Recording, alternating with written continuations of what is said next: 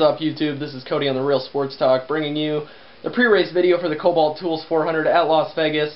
But I think to really see what's going to happen and get a good view of what is going to happen in this race, we need to look at the Samstown 300 that took place today in the Nationwide Series, see what happened in that, and see what we can learn from that. So I'm just going to take you through that real quick.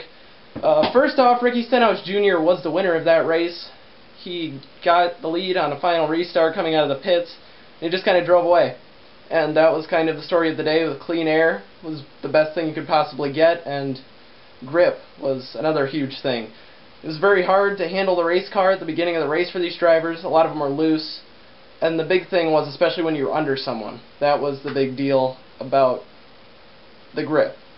Because when someone's above you, they take that air that's getting pressed onto your race car in the right rear, and they take that off, and that just leads to the right rear end of the race car wanting to slip out, and you just have to hope you can let off and save it.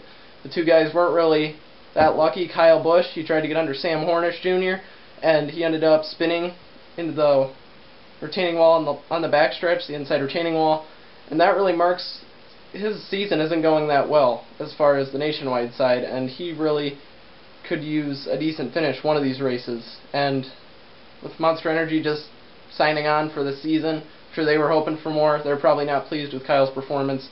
I know he's not pleased with his performance, so hopefully he can pick it back up, because it's good for the sport when he's racing well. And also Brian Scott's crash when Trevor Bayne went around the top of him. He's a guy that Brian Scott is that's looking to contend for the championship this season. He had a hard crash, he overcorrected, went nose into the wall.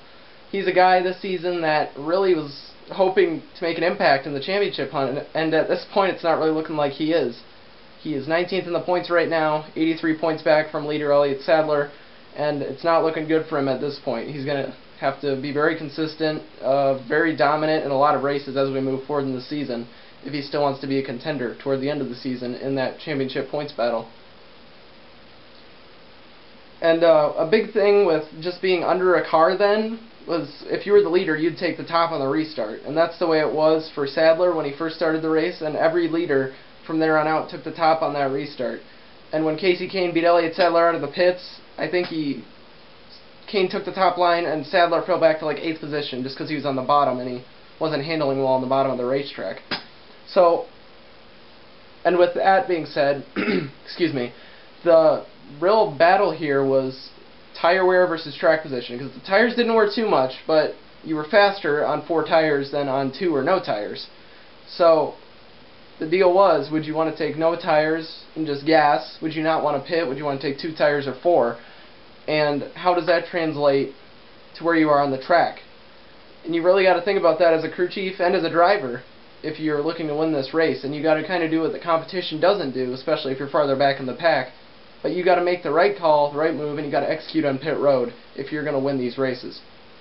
And that's what I think is really going to translate over to tomorrow's race. There's going to be a late caution, I believe, and there's going to be that decision. There's going to be the guys who stay out, there's going to be the guys who take 2, none, and 4 tires. And it's just going to be a battle of that from there on out. I think the way to go in this race, in the Sprint Cup race tomorrow, is to go with 2 tires or no tires and just gas and go for that track position. Because from what we saw today, whoever was in the lead, Mark Martin, Elliott Sadler, Kasey Kahne, Ricky Stenhouse Jr., those guys just shot out to the lead and gapped the field once they got out in that clean air.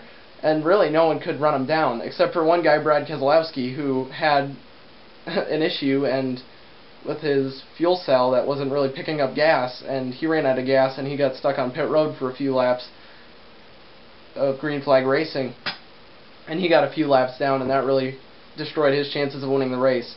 But he's a guy I'll look out for tomorrow, because he was running so well up until then. As far as Danica Patrick goes, she finished in the 12th position, although it looked like she'd finish higher at one point in the race.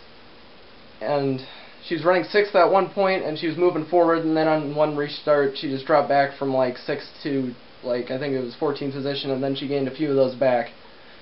But as I said, I'm not sure if I said it or not yet, but Ricky Stenhouse did beat Mark Martin out of the pits on the last pit stop with 40 to go, and surprisingly there wasn't a caution after that time, and there was no green-white checker to be had in this race, or just shootout to the finish. But Stenhouse probably beat Martin by a 1/10 of a second out of the pits, 100th of a second, and he took that outside line, and he got away from Martin as he took the outside line on the restart.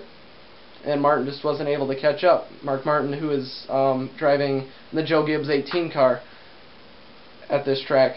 And I believe he's doing a few more races with this season regarding depending on if they can get sponsorship for the race car.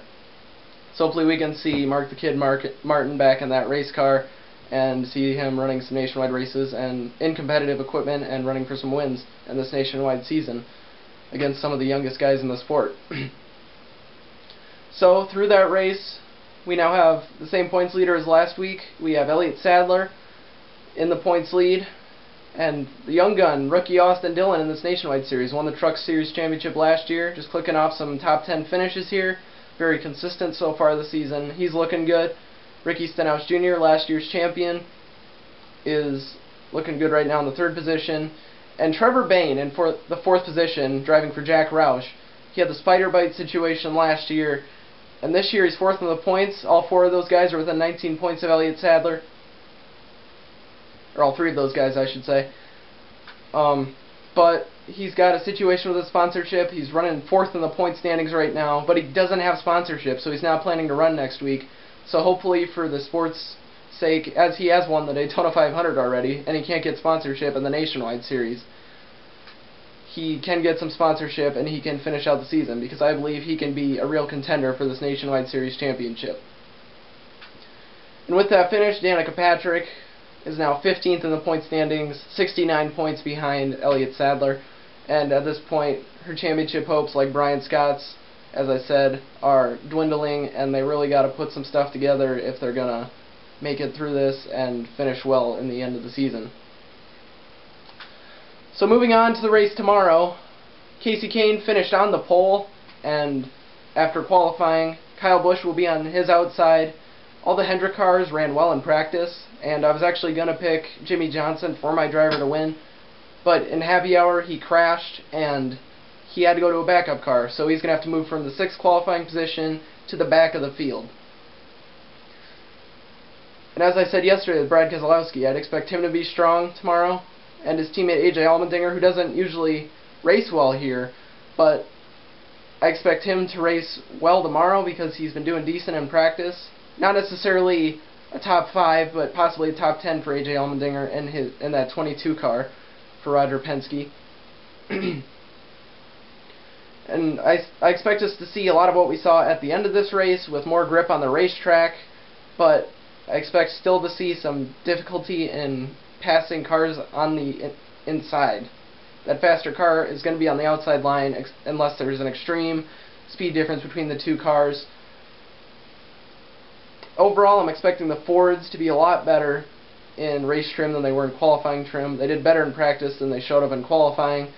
And I think I'm picking Greg Biffle for this race to be my winner. After running in the top 3 in the last 2 races, I think 2 third places actually.